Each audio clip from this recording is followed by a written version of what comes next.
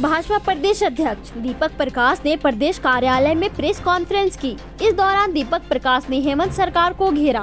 उन्होंने आरोप लगाया कि हेमंत सरकार ने पिछले 18 महीने के शासन में राज्य की कानून व्यवस्था को लाचार और ध्वस्त कर दिया है।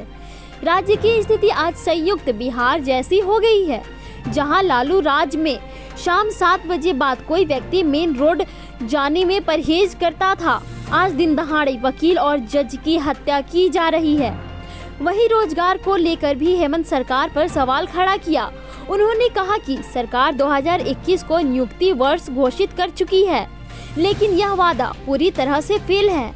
आज राज्य में 3,29,000 सरकारी पद खाली है। पारा शिक्षक, आंगनबाड़ी सेवाओं को चुनाव पूर्व जो वादा किया गया था, सभी को धोखा दिया गया है। पंचायत सचिव आज आंदोलन पर है।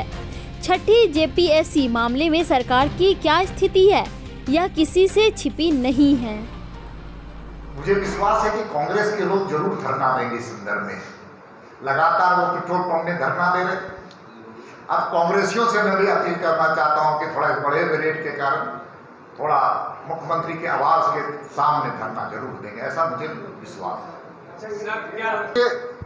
ये महागठबंधन में कई दल हैं, कांग्रेस है, जेएमएम है, आरजेडी है, उनके अंतर विरोध का ये कहानी है, अंतर विरोध का। और आपको नहीं लगता है कि कांग्रेस और कांग्रेसियों को अपमानित करने के काम कर रही है सरकार? कर रही है। अब उनको विचार करना है। हाँ, आगे वो सरकार का काम है। और सरकार क्या कर रही है, सरकार का विषय है, सरकार का विषय है, कांग्रेस का विषय है, आरजेडी का विषय है, उनके सरकार का विषय है, उसमें भारतीय जनता पार्टी क्या करेगी? अच्छा, पेट्रोल आपने कहा कि कांग्रेस को धरना देना चाहिए। पेट्रोल की कीमत अंतर्राष्ट्रीय स्तर के कीमतों पर निर्भर करती है, एक। दूसरा, आप सब कोई जानते हैं कि कांग्रेस के सरकार में जितने इंडियन ऑयल हो, चाहे भारत पेट्रोल, जितने ऑयल कंपनियां थी, उसने बॉन्ड खरीदा। बॉन्ड जो खरीदा दिया गया था, बॉन्ड दिया गया था, उसके सूद देने पड़ रहे हैं। इस देश को 25,000 करोड़ रुपए कांग्रेस के शासन के काल में जब पेट्रोलियम पर जो कर पैसा लिया गया था, उसके पूल को डेफिसिट से बचाने के लिए 25,000 करोड़ रुपए इस भारत की सरकार को, जो वर्तमान सरकार, उसको देना पड़ रहा है। तीसरी बात, यह देश जब लोक कल्याणकारी राज्य, जिसको पॉलिटिकल वर्ड शब्दों में वर्ड स्टेट कहा जाता है, लेकिन ये वेलफेयर स्टेट है, वेलफेयर कंट्री जिसको आप कह सकते हैं। लोक कल्याणकारी योजनाएं चलाने के लिए भी धन की आवश्यकता पड़ेगी। पूरी दुनिया की अर्थव्यवस्था कोरोना के कालखंड में, महामारी के कालखंड में चरमराई। उस वक्त गरीबों को अन्न मिलना चाहिए कि नहीं? फ्री वैक्सीन मिलना चाहिए कि नहीं?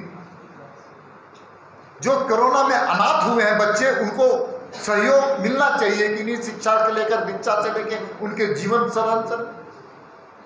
तो संसाधन तो आएंगे। मैं तो राज्य सरकार से आग्रह करना चाहता हूं, कांग्रेसियों से मैं निवेदन करना चाहता हूं, झारखंड मुक्ति मोर्चा से निवेदन करना चाहता हूं, अगर पेट्रोलियम में आपको कीमत कम करने का आपके मन में मनसा है, तो राज्य के द्वारा जो उसमें लिया जाता है 27%, उसको कम कर दीजिए।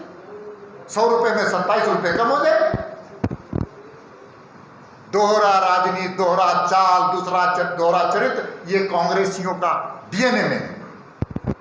अगर वो झारखंड की जनता पर उनको इतना ही हमदर्दी है, तो राज्य के द्वारा जो पेट्रोलियम चीजों में, डीजल में, पेट्रोल में, गैस में जो टैक्स लिए जाते हैं, उसको खत्म कर दे, कम कर दे।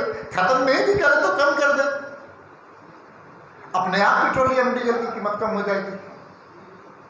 वाह, मीठा मीठा गप गप, तीता तीता थू थू, ये चलेगा। धन्यवाद। तो निःशुल्क है, निःशुल्क बोल रहे हैं, फ्री नहीं बोल रहे, निःशुल्क। तो इसका पैसा दे। राज्य सरकार ने, तो इस राज्य की सरकार ने तो ग्लोबल टेंडर करने का काम किया था, क्या हुआ? क्या हुआ ग्लोबल टेंडर?